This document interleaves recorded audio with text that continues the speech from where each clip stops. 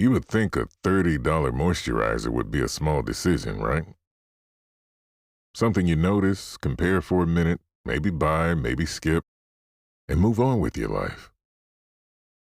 But that's not always how it works, is it? Sometimes one small choice opens 20 tabs in your mind. One says, get the cheaper one. One says, if you really cared about yourself, you would get the better one. One says, do more research. One says, don't waste your money. One says, this shouldn't be so hard.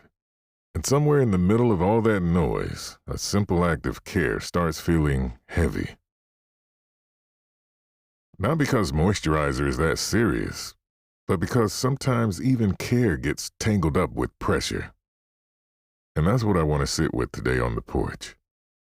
Welcome to Wisdom from the Porch, where we slow things down, tell the truth, and make room for a little more clarity. I'm GP. This is Wisdom from the Porch. There's something revealing about the moment a basic need becomes a 3-hour mental event.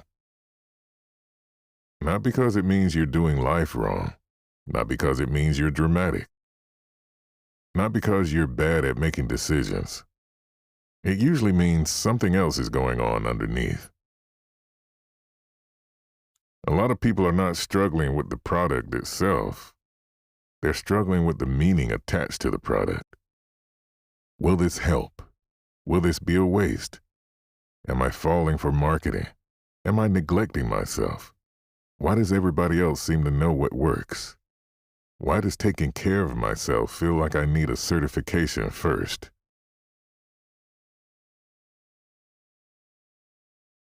This is how small decisions start carrying emotional weight they were never meant to carry. In a strange way, that's one of the quieter forms of burnout, when even relief starts requiring research, when even care starts needing justification, when even something meant to support you begins to feel like one more place you could get it wrong. A lot of us don't avoid self-care because we don't believe in it. We avoid it because somewhere along the line, care got turned into performance, into optimization, into comparison, into proof. Proof that you are disciplined enough. Proof that you are informed enough.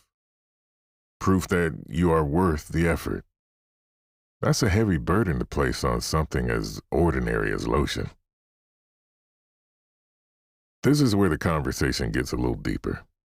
Because for many people, self-care is not hard because it's shallow.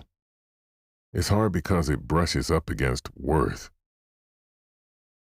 If you already feel stretched thin, under-rested, behind, or disconnected from yourself, even a small act of care can bring up more than expected.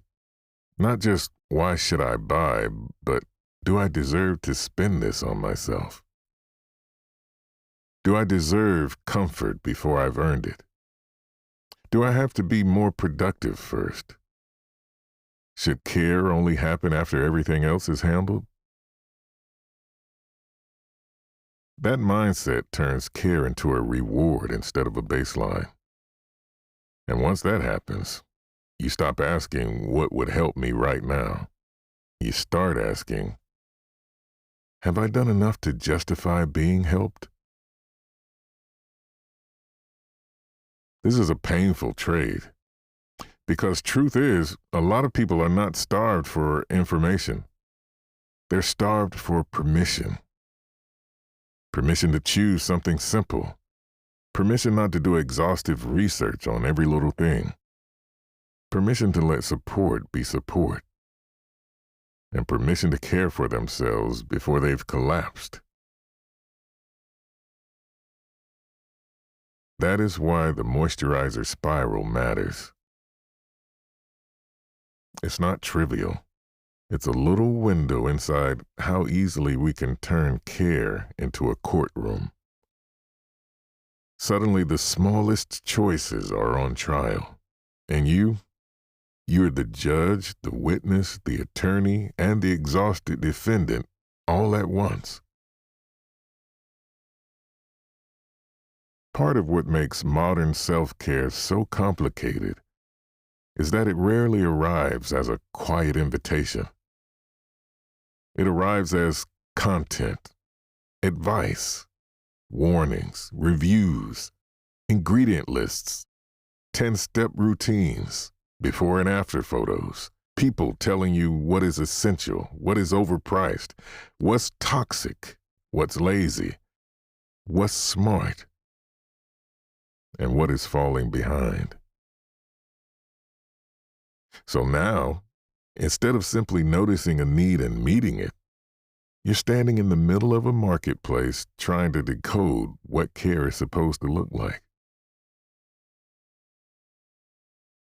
And that pressure does not stay on the surface, because once everything becomes optimized, nothing feels innocent anymore.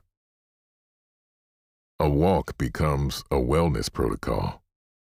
Rest becomes recovery strategy. Water becomes a performance tool.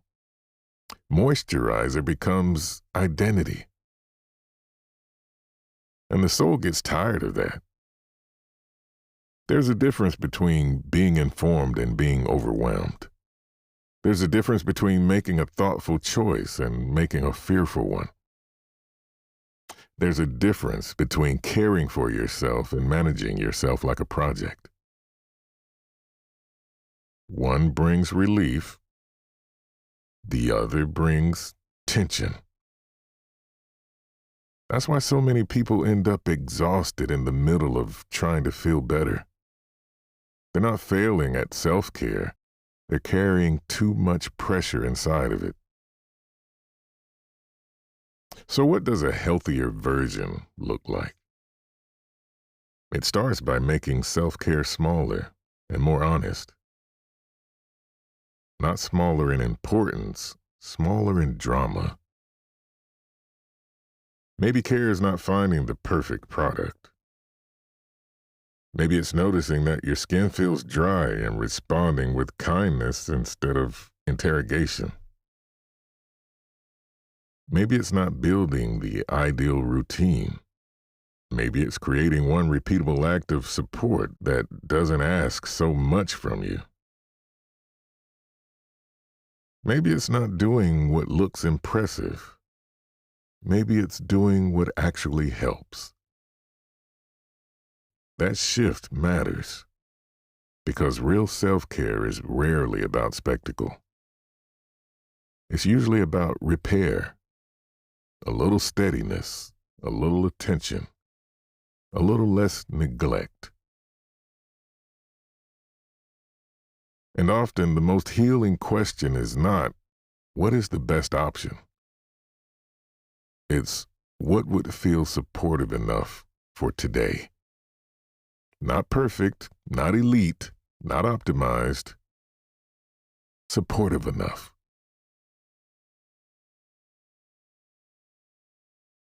That phrase leaves room for real life, for budgets, for energy levels, for uncertainty, for being human. And sometimes supportive enough is exactly what breaks the spiral. You pick one, you try one, you let it be ordinary, you let care be care, instead of turning it into a final exam on whether you're living correctly. There's peace in that. There's peace in letting one small thing stay small. So maybe today is not really about a $30 moisturizer. Maybe it's about the way simple choices start carrying too much weight. Maybe it's about how quickly care can become pressure. Maybe it's about how badly you've needed permission to stop overthinking every tiny decision and just meet your own needs with a little more gentleness.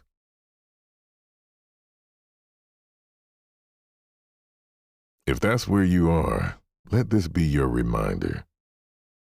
You do not have to turn every act of care into a performance. You do not have to research yourself into exhaustion just to deserve support. You do not have to earn softness the hard way.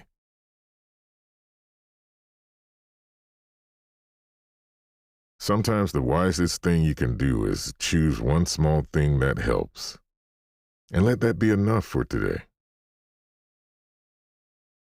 If this episode gave you something to sit with, subscribe to the channel.